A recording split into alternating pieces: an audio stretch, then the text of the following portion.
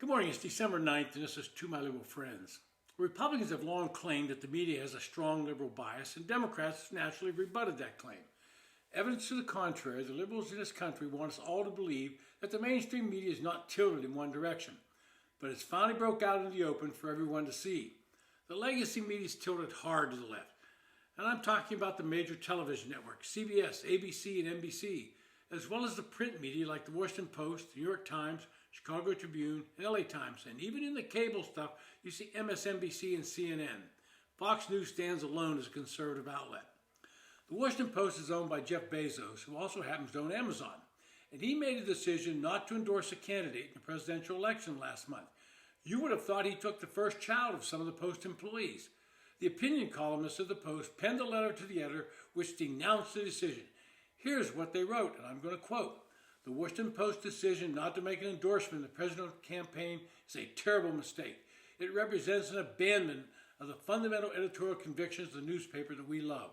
This is a moment for the institution to be making clear its commitment to democratic values, the rule of law, and international alliances, and the threat that Donald Trump poses to them.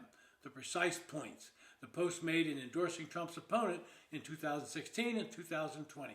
There is no contradiction between the Post's important role as an independent newspaper and its practice of making political endorsements, both as a matter of guidance to readers and as a statement of core beliefs.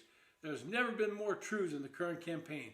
An independent newspaper might someday choose to back away from making presidential endorsements, but this isn't the right moment when one candidate is advocating positions that directly threaten freedom of the press and the values of the Constitution. End quote. Wow. And I like that part, the rule of law. I guess they haven't listened to Joe Biden lately. And it was signed by just about all of their opinion writers. They signed because they're in the tank for the Democratic Party, and now we all know it. Out in California, the owner of the LA Times, Patrick Soon-Shiong, recently announced plans to incorporate an AI-powered bias meter in the newspaper's coverage of stories. When he failed to endorse Kamala Harris, multiple employees resigned. These so-called journalists feel that it was their duty to shape the opinions of the readers to comport with their own. Mario Garza, the editorial page editor of the paper, she resigned immediately. And she resigned because the paper refused to endorse either candidate in the presidential race. She felt they should have endorsed Kamala Harris, and absent that, she could no longer work for the paper. She was followed later in the week by veteran journalists Robert Greene and Karen Klein. Greene, a Pulitzer Prize winner for editorial writing, said in a statement shared with the Columbia Journalism Review that she was, quote, deeply disappointed in the decision not to endorse Harris. Robert Kagan, the Washington Post editor-at-large, resigned from the paper for their decision not to endorse Kamala Harris. Now, both papers have apparently made the decision not to endorse candidates in the current race or in the future. I applaud that decision. The management of these media outlets has finally realized they have readers.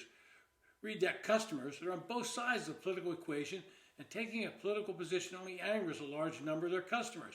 And that should be a lesson to all corporations. They're in the business of selling their products, and getting into the political fray puts them in a tenuous position as customers make decisions on both sides to take their business elsewhere. But these, quote, journalists seem to think that their opinions should have more weight than anything related to the business of the papers.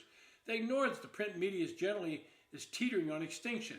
Younger generations have eschewed the old line print media and get their news on various forms of the internet.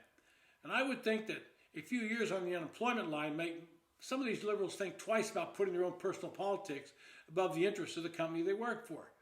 And these are the kind of things that make the public distrust the media so much. And it's not just conservatives or Republicans. It's been on the decline for years among all Americans. The Gallup poll first asked this question in 1972 and has measured it in most years since 1997. In 3 readings in the 1970s, trust ranged from 68 to 72%, yet by Gallup's next reading in the late 1990s and early 2000s, the majority is of 51 to 55% trust in the news media. The latest findings are from a poll conducted September 3 through 15, which include Gallup's annual update on trust in the media and other civic and political entities. It has been the case historically, partisans have different levels of confidence in the media to report fully. Currently, 54% of Democrats, 27% of independents, and 12% of Republicans say they have a great deal or fair amount of trust in the media.